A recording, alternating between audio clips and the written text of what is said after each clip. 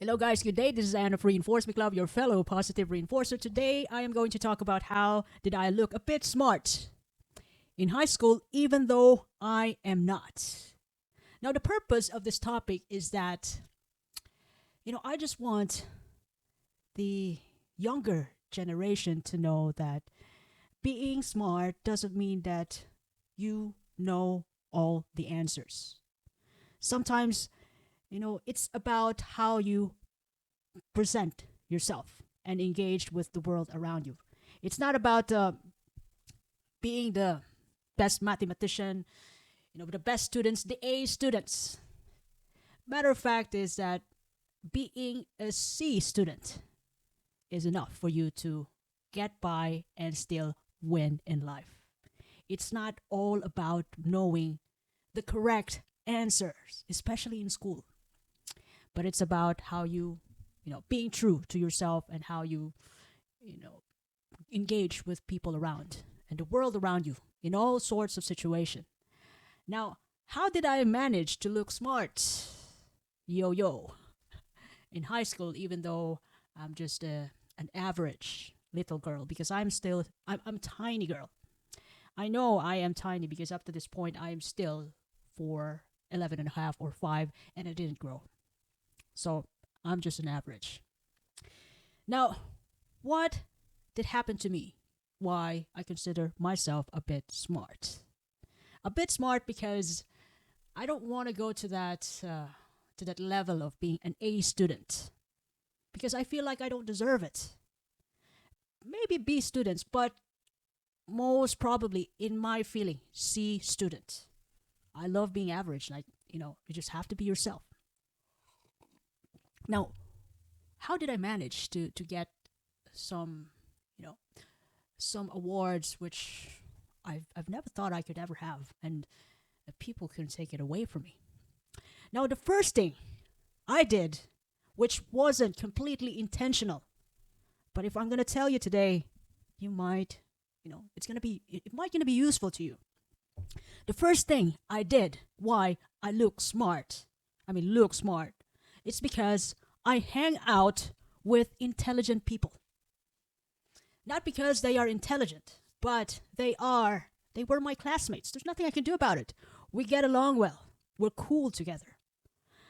I hang out with the cream of the crop, the well known, and the builders of the organization at my level. First year, second year, third year, fourth year. So that was the old way, old school before the education was changed in the Philippines. I was friends with the honor students, the academic champions, and some people who are good in sports. I was their great supporter. I was their cheerleader there. I fought for them. Anybody would boo them. I'm going to boo them too. That's what I did. I had, I have nothing to say in brainstorming, but I cooperate with the leaders in my class.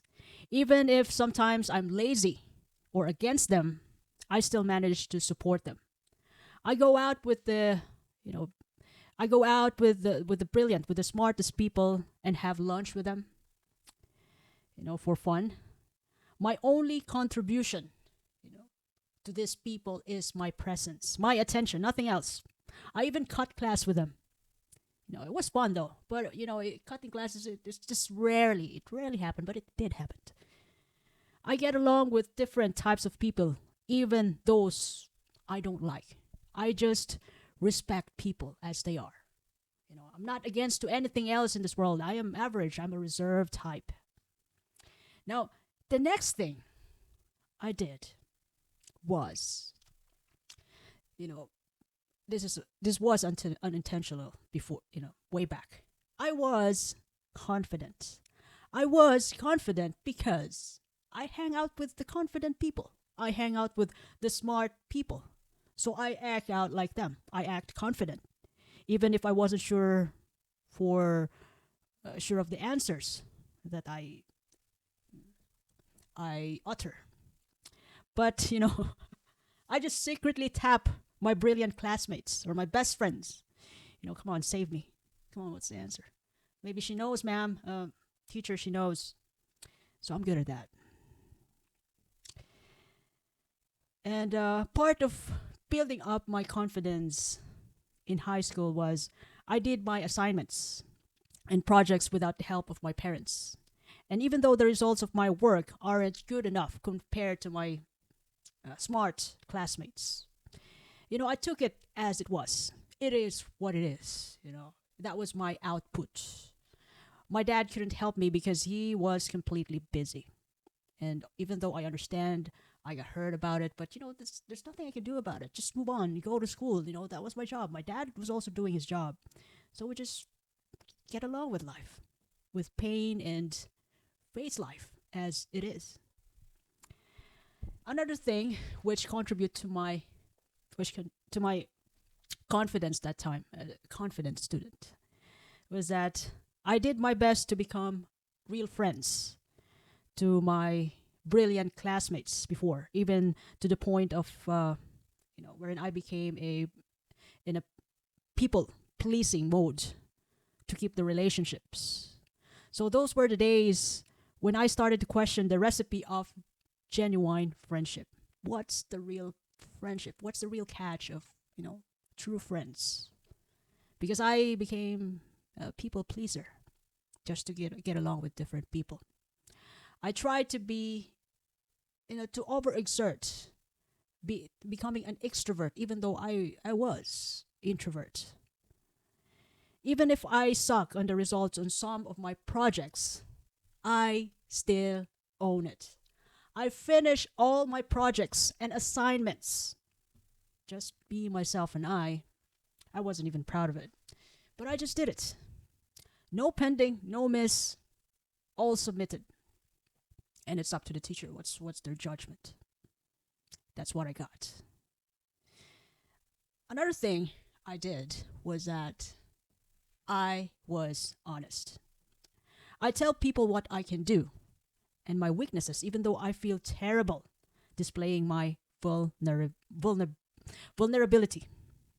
My teachers love me for my unique life story and even support me when no one is there for me in some programs where dad was busy and nobody could attend a meeting for me. Nobody could join a recognition and awarding for me. And some of my teachers support that. They're there for me. They became my representative. Another thing is that I did join school clubs and organizations where my intelligent friends are there. I did it for fun. No other intention but for fun because my friends were there. It just so happened that I became a part of a class wherein I have a good chance to hang out with the cream of the crop, with the best of the best brains in my school, at my level. So, well, destiny. Destiny it is, but I just get along, I just play around with it. Just be myself. But I have no contribution, just a big support and my presence to these people. And, I acknowledge your answer. Yes, you are smart. Yeah, that's good. That's great support. So I was a great supporter. As a result of joining clubs and organizations wherein my friends were the presidents of these organizations in the school, so we together give tutorial lessons to those junior students. But basically, most of my contributions were just being there as a support to my smartest classmates. I cater the junior students, keep them together, and help make them listen, help them listen to my brilliant friends. I was just there to support. I am just the sidekick, the wing person. I was not the main character. Actually, there were just a few school clubs where I was comfortable with people around. So those were just the clubs where my brilliant friends are the president or the leaders of those clubs. And the rest of the clubs, I don't give a heck. I just join those clubs where I love to be one. And another thing I did is that I look a bit smart because I was good at one thing and one thing alone. One favorite subject, which is history. I love history from first year to the end of my year, and I don't care about the rest of the subjects. Other than history, the rest will only get the bare minimum of my energy and my attention. I don't mind if I get just a pass grade. I just love history, and that's the only thing I care about. Even though, I'm not good at other subject, I even join a competition, a secret competition with my smart classmates, wherein we pay, there were like five of us or four or six of us, wherein we pay someone who has the highest grade among us in every subject on those final exams. So I got some payments only in history. And think about it, we have loads of subjects in high school. I only got paid in history, and the rest I was losing money. But it was fun though. All right. It's I didn't think about losing money. It's just I think about just for fun. And we get along well with my friends, with my smart friends. I didn't even think about, being proud of them, being proud that I'm with them. No, I haven't thought about that. It's just so happens that I love to be with these people. And I support them. I was true to them. Lastly, you know, this was the thing that is completely out of my control.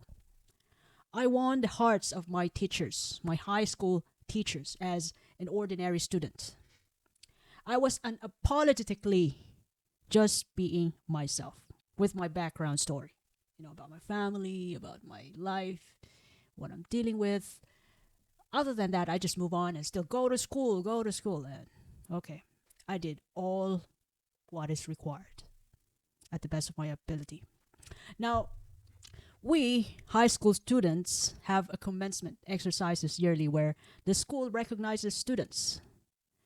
So in those years, like from first year to fourth year grade, yeah, my teachers called me out some of those times because my grades in extracurricular activities weren't enough to qualify me for an award. That is the yearly award. Extracurricular activities means sports, joining clubs, reaching out outside the neighboring school, helping other students there. I wasn't that kind of social enough. I'm not a social kind of person. I was an introvert, and I didn't like being too social for the sake of grades. So I just keep my cool. I'm within my comfort zone. I don't want to go beyond for the sake of extra points and to get to be on the top of the A students. So yeah, that was my that was my that was my story that time. Instead of taking me out among the awardees in those years, my teachers gave me extra projects to keep me on the list, like being part of the cleaning team in some programs. So when the programs like dance programs, uh, it could be like launching programs of every subject, like Filipino subjects, they have their programs. I was part of the cleaning team. So I was just in the background. Okay, let's clean up. At least I don't have to talk to anybody and present in front of a lot of people. So I was part of the cleaning team. And some of the points, so I can make up to my extracurricular score and be part of the awardees was I was listed as a reserve player or a bench player in volleyball. Even though I wasn't good enough at playing volleyball. It hurts my hands. I still play there, but I wasn't good in volleyball. I was good in fighting the opponents. Like, what's the matter with you? Like, but I didn't play though. I was just a cheerleader to one of the best player there in volleyball. She didn't even pick me to play. I cheer them up. I give them water. So I could be a I was a woman way back. Okay, I give you water. What else do you need? So it's just a sidekick again. And I even help up my teacher to clean the garden. Those are extra projects to help me get to the list of the awardees. So that happens to me almost every year. It's my extracurricular part, grades, weren't enough to get me to be on the list.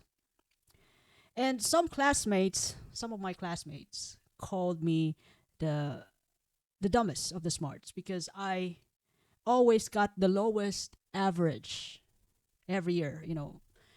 We were ranked from the smartest to the last rank. So I'm always on the last rank, and I don't mind that sometimes I don't want to be a part of it. I don't want to be a part of it anymore to remove the pressure. But then it still happened that every year I'm always, in the office to some of my teachers and give me extra projects because they don't want me to be out on the list. I don't know. I wasn't a special student. I don't think there's something special about me. Maybe they see something, but all I know is that I was a great supporter to the best of the best people, even to my teachers. I was a good company. Even to the point of overreaching it, like becoming a people pleaser, which was made me feel terrible at times before. But I did that to make people happy, to make them safe with me, to make them feel that they're important with me. So every year, having those grades, I sold my grades to my aunt. So she bought my grades which are over 85. So she bought them all, and I had a treat. She bought it 100 pesos each grade. She used to have loads of money that time. She was single. So that's what happened though. Now I am just sharing you this experience of mine today to let you know that being smart doesn't necessarily mean that you know all the answers of every subject, how to solve all sorts of math. Even though my classmates who are A students, they know it all. They know everything. I mean, they can get a perfect score in those weird part of science quiz. I don't know how they ever get to that point. I know they work hard for that. But if you're not into that, doesn't mean that you're not smart at all. You could be, simply just the best version of you. Your self-esteem, how you build good relationship with people, how you make people feel when they're around you. Merely becoming the best version of you. And, the surroundings, the external will reflect that on you. And it also includes how much bad thing you can tolerate. It's about how you treat yourself. It doesn't mean that you don't have good grades in high school, you're not smart anymore. Don't validate your intelligence to just the external. Just enjoy your schooling life, learn from it as much as you can, enjoy every step of the way because it will just pass by. And, having those finest awards in high school wouldn't really matter when you're on your 25, 30, 40 years old, 50 years old, when you go back together in your like reunion. It doesn't matter anymore who's the smartest guy, who's the smartest gal in your batch. It doesn't matter anymore. In other words, being smart, yes, if it matters to you. But such an average person doesn't mean that you're out of the game. It, you know, it's life is about how you present yourself to others, how you make them feel, and how you engage to to the world. I've said it before. Just do what matters to you the most. You don't have to be the finest, the A student. Just be yourself. Now, if you ever love this episode today, you can follow me in YouTube, Facebook, Spotify, Apple Podcasts, even in Amazon Podcasts, Reinforce Me Club. I do appreciate your time and have a lovely day ahead. Thank you.